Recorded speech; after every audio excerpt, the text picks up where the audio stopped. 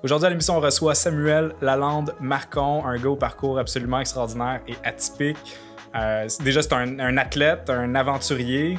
Dans les dernières années, il a réalisé plusieurs exploits. Il vient nous parler aujourd'hui d'un autre de ses chapeaux, qui est le chapeau d'auteur. Il a sorti en mars dernier son premier livre qui s'appelle La quête du retour. Et puis, périple où il est parti de Montréal pour se rendre jusqu'à Coudjouac en vélo et en canot.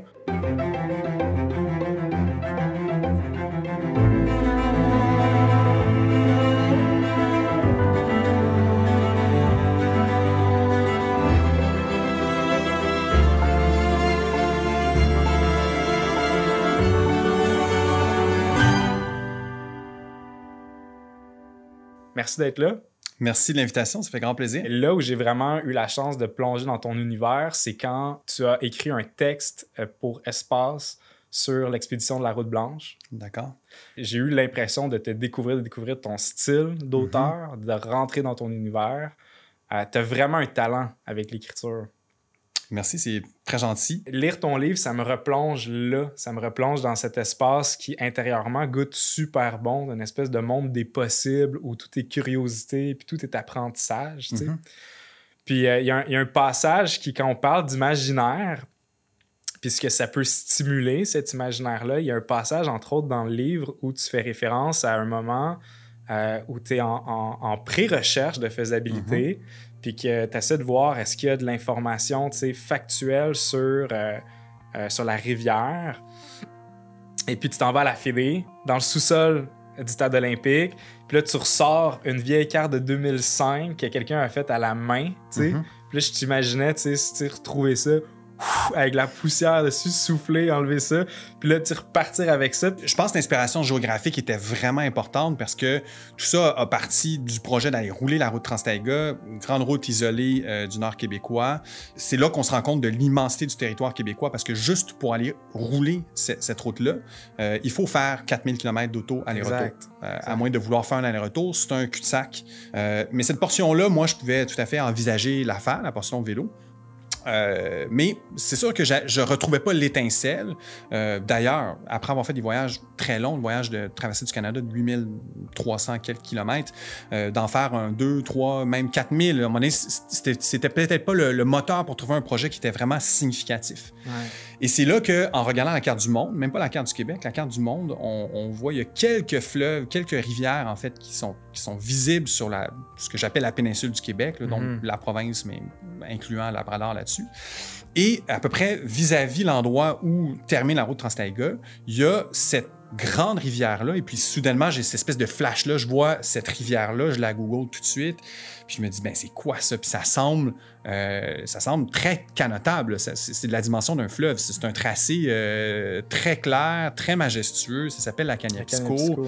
Je suis super excité ce soir-là, en fait, tellement que j'hésite à en parler à d'autres gens parce que je me dis, écoute, c'est tellement un bon projet, je vais me le faire voler, je le garde pour moi. C'est tellement un classique dans ce exactement. Puis là j'écris à peu près la seule personne que je connais parce que j'ai pas d'expérience en canot. Et c'est là que je me fais dire qu'effectivement, la Kaniapishko existe, mais qu'elle n'est pas navigable. Donc, j'entends parler de la rivière Sérigny, qui est un affluent perdu qui se jette dans la rivière Kaniapishko. Et cette rivière-là, elle est quand même mentionnée dans le guide des rivières connotables de la Fédé. Et j'appelle à la Fédé, j'envoie des courriels pour me dire qu'effectivement, le topo est fait. Et le topo de rivière, c'est lorsqu'on a les classifications de rapide, les indications de portage. Donc, c'est vraiment les infos qui peuvent servir à un canoteur. Évidemment, avec le bagage que j'ai, je ne peux pas envisager faire une rivière comme ça qui n'a pas de relevé topographique. Donc, sachant qu'il y en a un, je suis très intéressé, mais je ne peux pas le consulter en ligne. Et c'est là qu'on a vraiment un peu, je me sens comme un jeune Indiana Jones. Alors, je me rends à la Fédé. Toutes les fédérations sportives, en tout cas, beaucoup sont dans les sous-sols du stade olympique, dans une espèce de méandre qui mène jusqu'à la dame qui, finalement, sort ces grandes cartes topographiques-là que personne d'autre a consultées. Et c'est comme ça, en consultant une carte après les autres, que je me dis, attends, ça me semble possible. C'est gros, mais ça me semble possible. Et là, de fil en aiguille, je me dis, non. Là, je pense que là, on est à peu près 1 an à l'avance, 1 an et demi. Je me dis, non, je pense que cet expé-là, elle se fait. Il y a un projet, c'est faisable, le potentiel est énorme, ça me stimule, il y a quelque chose là-dedans qui m'énergise. Et là, bon, ben, même si ça semble pas être une rivière hyper technique, mais il reste que c'est quand même de l'eau vive, il y a du rapide en région super isolée. Il y a des risques. Déjà, il faut se rendre jusque-là, fait qu'il y a la portion vélo aussi, quoique tu as un bagage qui est quand même qui est super grand, qui est disproportionné par rapport à ce challenge-là de 2000 km de vélo pour ensuite faire 600 km de canot. Oui, effectivement, je pense qu'il fallait que les circonstances soient assez favorables, notamment de faire 2000 km de vélo en moins de 10 jours, puis d'embarquer dans un canot par la suite. Et comme de fait, ça a été difficile, ça a été physiquement demandant, puis drainant. Au niveau de l'énergie aussi, moi, je l'ai senti très fort. Dès les premières journées, on est concentré vraiment sur faire notre test. Donc, on a fait nos devoirs, mais là, c'est dans les premières journées qu'on va savoir si on est capable. Puis on a toujours cette crainte-là. À chaque nouveau rapide, on se dit, est-ce que ça se passe bien? Puis d'ailleurs, les tout premiers rapides, à un moment donné, on franchit un R2 qu'on trouve particulièrement difficile, puis on se dit, OK, si ça c'est du R2, là, du R3, ça va être pas mal exigeant, avec pas beaucoup d'eau, donc beaucoup de navigation assez serrée, des risques de cravate. Donc quand même, le niveau de stress baisse pas tant que ça.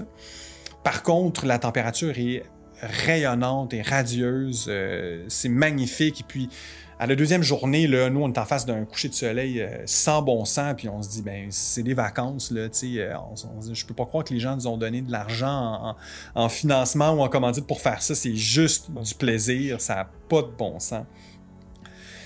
Mais les choses se sont corsées quand même tranquillement. Et puis le parcours de la rivière, et puis au début, ben, entre les lacs, on n'avait jamais vu ça dans le sud, c'est que les lacs se connectent entre eux par des décharges, mais qui ne sont pas des ruisseaux, qui sont vraiment très larges, des fois jusqu'à 50, 100 mètres de largeur. Et puis à l'intérieur de ça, il y a des grandes veines d'eau sinueuses qu'on suit en rapide, qui montent facilement R2, R3. Donc quand même, il y a du stock.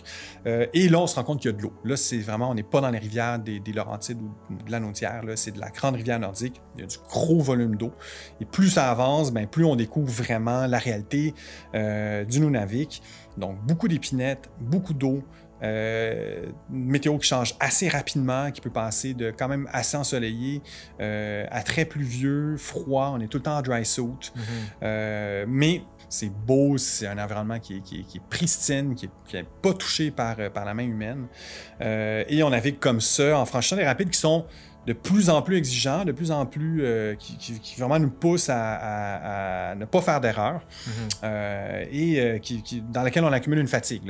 Là. Donc, dans les derniers jours de la partie canot, même s'il y a beaucoup de rapides à descendre, on pourrait penser que ça va plus vite, mais à cause du repérage, on diminue. On fait 22, 21, 20 km par jour sur un parcours qui en fait 600. Donc, c'est là qu'on commence à trouver que, ce parcours-là est peut-être un peu plus long qu'on l'avait imaginé. Quand tu parles du repérage, c'est que vous arrivez face à des rapides, puis vous prenez le temps, évidemment, de vous accoster dans un compte courant, d'aller marcher, d'aller observer finalement à quoi ressemble le rapide, puis de revenir. En évaluant en fait le temps qu'on a à consacrer à ça versus la faisabilité, c'est sûr que le premier R2 qu'on voit, on le scout qu'on appelle jusqu'au bout, donc on fait le repérage, on s'assure de tout voir. Évidemment, plus le temps passe, c'est facile de se dire « Ah, c'est juste un R2, lui on le fait à vue ». Puis comme de fait, la plupart du temps, ça se passait bien, mais il y a toujours des éléments de surprise, surtout sur une rivière qui a été faite une seule fois, donc le repérage n'est pas infaillible, mais c'est sûr qu'à partir du R3 et plus, il faut absolument regarder par où on s'embarque dans le rapide, où est-ce qu'on sort aussi, est-ce qu'il y a une possibilité de sortie, et ça demande du temps. Et plus le temps passe, plus on voit quand même le nombre de kilomètres qu'on franchit par jour baisser, donc quand même il faut réviser un peu notre estimé. Jusqu'à temps qu'on atteigne le début du portage. Et là, à ce moment-là, c'est un moment de célébration. Nous, on est convaincus que le plus gros est fait, qu'on ne mourra pas dans un rapide dans cet expé-là. Puis tout ce qui nous reste, c'est portager notre canot. Et ça a été la plus grande difficulté de l'expédition. Donc, on a eu 5 km de portage non tracé. Donc, entre la fin de la rivière Sérigny puis le début de la Kaniapisico, là où vous allez finalement la prendre, ce fameux 5 km de portage à travers les roches, les broussailles, les moustiques. Exactement. Mais tout ça pour dire que ce parcours-là, on l'a débuté à 3 h de l'après-midi. Et puis le soir, on avait fait environ 800 mètres. Et le lendemain, on a consacré une journée entière encore à se déplacer avec tout le matériel. Et c'est juste le lendemain, vers l'heure du dîner, qu'on est sorti. Donc 46 heures pour faire 5 km. Ça a été dans les choses les plus difficiles là, que j'ai fait de ma vie quand même. Qu'est-ce qui était le plus difficile? Le dépassement physique ou la monotonie, la longueur? C'est une combinaison de tout ça, mais je dirais que la chose qui est la plus drainante en plus, c'est le fait de jamais savoir si on est à la bonne place. Ouais, c'est ça. C'était pas l'orientation générale de savoir à peu près où est-ce qu'il faut qu'on aille. C'est vraiment de se dire, les 50 premiers mètres, je passe par où? Parce que ça passe pas. Tu regardes, puis on voit vraiment pas loin. Donc, on n'a pas le choix d'y aller. Puis il y a ce moment-là dans l'expé où je suis encore un peu porté par un élan d'enthousiasme, puis j'ai l'impression comme on va tomber sur un chemin ou quelque chose. Et puis, je dis à David, écoute, je vais aller voir par où revenir par la rivière. Puis je marche vers la rivière Sérigny. J'atteins une espèce d'exutoire, donc de petit passage parallèle qui est en roche, mais qui est asséché. Et puis, je suis très satisfait de ma découverte. Et puis, je reviens vers David. Et moi, j'ai l'impression d'être parti dans cette direction-là. Puis quand je reviens, je suis par là. Et je suis convaincu que j'ai pris le même chemin. Là. Il y a un déclic dans mon esprit. Là, je comprends que je suis désorienté, que je suis plus capable de m'orienter juste avec mes points de repère. Et ce sentiment-là a été exacerbé tout de suite après, quand on est reparti. Et là, je sens l'espèce de peur ou d'anxiété monter en moi. Et là, pendant un instant, je ne sais plus du tout vers où est la rivière. Ouais. Et là, à ce moment-là, mon téléphone n'affiche plus mon point GPS. Évidemment, je peux imaginer qu'il va revenir, mais momentanément, il ne le fait pas. Je me retourne vers David, je dis « Et où la rivière? » Puis lui, il sait. Là, il dit « Non, elle est juste là à gauche. » Mais à ce moment-là, je me dis « OK, là, je suis vraiment en terrain inconnu pour moi.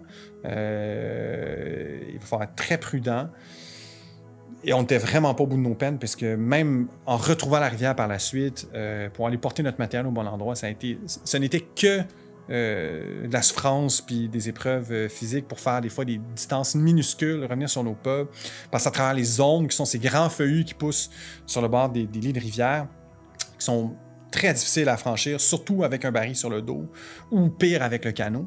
Il n'y a comme pas de manière gracieuse de le faire. Tu sais, un vélo, on monte une côte, on peut pousser, puis du vélo, ça reste du vélo. Jusqu'à temps qu'on soit obligé de marcher ou de portager son vélo. Là. Mais du canot ou du portage, c'est disgracieux. Un canot, c'est pas fait pour être sur des épaules. Fait que c'est juste du gros n'importe quoi, d'essayer d'endurer la souffrance. Passer entre les arbres, puis... C'est ça. En se faisant dévorer par les moustiques. Ben oui, puis voir les obstacles à ses pieds. C'est ça. L'eau qui rentre, la boue qui rentre dans les chaussures, les avant-bras qui sont pleins de sang. C'est dans ce temps-là que tu te dis, je voulais l'aventure. J'ai l'aventure. Ouais. Il n'y a personne qui m'oblige à être là. C'est un choix. Je suis privilégié. Exactement. Exactement. Mais c'est vrai que là, si on fait juste extraire ce moment-là, c'est difficile d'avoir le portrait général. Donc, il faut vraiment avoir la vision globale. En fait, à ce moment-là, la motivation, c'est une motivation de sécurité. Il n'y a pas de manière de sortir de là. Ben non. Même une évacuation, là, on est dans la grosse broussaille. C'est pas vrai qu'une évacuation va venir nous chercher avec un treuil de manière facile. Donc, non, il faut vous rendiez de toute façon dans un secteur qui va être plus dégagé. Ouais. Ça, au moins, donc, on n'a pas... C'est pas une motivation comme finir un marathon où, là, on est vraiment dans quelque chose d'abstrait, où est-ce que c'est là qu'on est confronté à pourquoi je fais ça. Parce que, ben, effectivement, à tout moment, on peut arrêter. Il y a des gens qui peuvent nous aider si ça va pas bien. On peut décider d'appeler un taxi puis arrêter. À ce moment-là, la motivation, elle est extérieure aussi parce que dans cet environnement-là, il n'y a pas de manière de sortir facilement de là. Donc, les ressources sont plus faciles, les ressources intérieures sont plus faciles à les trouver parce qu'on a comme, à un moment donné, pas vraiment le choix. Je pense qu'il y a eu d'autres moments assez particuliers ou assez difficiles. Je me souviens d'un passage d'ailleurs dans ton livre où tu décris une situation en cordelle. On approche tranquillement de la fin de la rivière Sérigny. On a acquis quand même beaucoup de confiance dans cette rivière-là. On commence à connaître le comportement et puis tout de suite, on a un passage qui est sur le bord d'un R4, en fait, qu'on sait qu'on ne va pas canoter, qui est immense d'ailleurs, on ne l'a pas considéré une seule seconde. Et on embarque un peu comme ça en milieu d'après-midi dans une manœuvre de cordelle où des fois, il va y avoir des petits courants sur le côté, entre les roches. Donc, on ne peut pas naviguer directement là avec les pagaies, mais on peut, en tenant la proue et la poupe du canot avec des cordes, laisser le canot dériver tranquillement et puis en le retenant juste correctement. Et c'est un peu ça, tout l'enjeu de la cordelle, c'est qu'il faut être capable d'en laisser au bon moment. Puis c'est un art, en fait, ça semble très facile, mais c'est classique qu'il y ait des accidents. Nous, on l'a un petit peu pris pour acquis, je dirais, à ce moment-là de l'expédition. Donc, cette fois-là, spécifiquement, c'était en après-midi, on venait de manger, on digérait, il y a besoin d'avoir une coordination parfaite entre la personne qui est à l'avant et la personne qui est à l'arrière. Exactement, parce qu'il ne faut pas qu'il y ait de divergence sur la vision qu'on a de comment on tient. Et ce qui s'est passé, c'est que, dans le fond, moi, j'ai voulu retenir. Le canot est parti quand même assez vite. Moi, j'ai voulu le retenir un petit peu. David a voulu laisser aller. Puis, avec la conclusion que le canot, l'arrière, est vraiment parti dans le courant. Et très rapidement, l'eau a commencé à rentrer. Voyant le canot partir, on avait pratiqué dans les cours, justement, de ramener un canot dans un contre-courant où est-ce qu'il va pouvoir être stabilisé. Et donc, j'ai eu ce réflexe-là de sauter sur une roche ou deux. J'avais assez de mou de corde dans la main. Et puis, finalement, le canot, on a pu aller le déplacer dans le contre-courant, puis il n'y avait pas de problème. Donc ça, c'est ma vision de la mésaventure. Avec un détail important qu'au bout de tout ça, je vois David qui descend la section en nageant, puisqu'il y a une de nos pagaies qui avait juste été jetée dans le canot, qui, elle, partait dans le courant. Donc moi, quand j'ai retenu, j'ai eu un peu cette surprise-là de voir la pagaie partir, mais surtout de voir David qui suivait par la suite et qui, lui, est revenu dans le contre-courant. Fait qu'il il a sauté à l'eau, en fait. Ben, en fait, non, c'est ça. Il m'a expliqué par la suite. Puis lui, quand le canot a commencé à bouger, il a essayé de le retenir. Okay. Mais finalement, il y a eu un choc, en fait, qui était très fort. Puis lui, la corde, il la tenait mal. C'est une corde un peu plus vieille, plus molle, plus souple, qui était tout entortillée autour de sa main. Et il n'a pas été capable de se déprendre. Okay. Attends. Donc là, ça y a fait perdre pied. Et donc, tout ça se passe très, très rapidement. David a quand même été vraiment écorché sur la main qui tenait la corde. Mais dans l'ensemble, ben, avec un peu de médicaments, puis de patience, puis de résilience, là, parce que ça a été quand même assez souffrant pour lui, ben, c'est, disons, au niveau physique, le plus grave qu'on a vécu. Par contre, en plus de ça, notre caisson étanche dans laquelle on avait notre batterie qui était connectée au panneau solaire a pris l'eau. À ce moment-là? Ouais, l'eau est rentrée. Donc, on a perdu une batterie. Et l'autre batterie était pas à 100%. Puis notre panneau solaire performait pas très bien. C'était un petit panneau. Ouais, c'est quand même un enjeu. C'est ça. Donc, on s'est ramassé avec une main amochée, puis vraiment beaucoup d'énergie dans nos batteries. C'est quoi ton mindset dans ces situations-là? Qu'est-ce qui te permet de passer à travers des challenges, des défis qui sont inconfortables comme ça? Des expéditions comme Trans-Taïga et la plupart que j'ai vécues, les récompenses viennent assez souvent, puis les récompenses viennent souvent compenser les difficultés de la journée. Donc ça, il ne faut pas l'oublier, puis il ne faut pas négliger ça. Le bonheur qu'on a de se coucher après une grosse journée, même si on est dans une toute petite tente qui pleut, qu'il y a des mouches, puis que dormir sur un tapis de sol devient le plus grand 5 étoiles qu'on ne peut pas avoir. Là, on est très bien. Donc déjà, s'accrocher sur ces petits bonheurs-là, ça fait en sorte que une expédition, ça reste un moment qui doit, selon moi, être agréable. Puis avec l'équipement moderne, avec les choses qui sont à notre portée, je pense qu'il y a moyen de rendre cette expérience-là vraiment agréable. Ensuite, moi, c'est sûr que je dirais la seule chose qui est vraiment nécessaire à faire, c'est de décortiquer en objectifs qui sont plus immédiats puis plus courts les difficultés. Quand on est dans le portage, on ne peut pas penser au potentiel de l'autre portage qu'on aura plus tard sur la Kanapisco ou le fait qu'on va peut-être manquer de nourriture plus tard. À un moment donné, c'est qu'il faut se concentrer sur l'objectif qui est plus immédiat parce que sinon, on n'y arrive juste pas puis ça peut être intimidant. C'est la même chose dont je parlais pour l'ensemble de la planète de l'expédition. Ça a tout le temps été de décortiquer par plus petits objectifs qui sont réalisables. Alors, il ne faut pas, au début de la première journée, imaginer qu'on va arriver instantanément parce que 3 semaines de temps à faire la même activité, c'est long. Il y a des moments où on a l'impression qu'on est né puis qu'on va mourir dans l'expédition. Puis quand on y repense, maintenant, quand j'en parle, j'ai l'impression que c'est un souffle dans ma vie et rien de plus. Là. Donc, le temps a vraiment cette caractéristique-là, une espèce de malléabilité où des fois, ça semble éternel puis des fois, ça semble extrêmement éphémère. Là. Super. Si on a envie d'en savoir plus sur toi, déjà, la quête du retour. Très facile à retrouver. Sinon, pour suivre mes activités ou avoir des informations sur le livre, vous pouvez aller sur mon site web, donc samuelmarcon.com. Super. Ou mon Instagram qui est smarcon. Hey Samuel, merci d'être venu, merci d'avoir été là. C'est franchement un plaisir de te rencontrer, de rentrer dans ton univers. Tu nous as fait voyager, vraiment agréable. Merci à tout le monde à la maison de nous avoir écoutés, ce premier épisode de 168. Une grande fierté, ça fait très longtemps qu'on travaille là-dessus. Au plaisir de se retrouver sur le prochain épisode. À très bientôt tout le monde.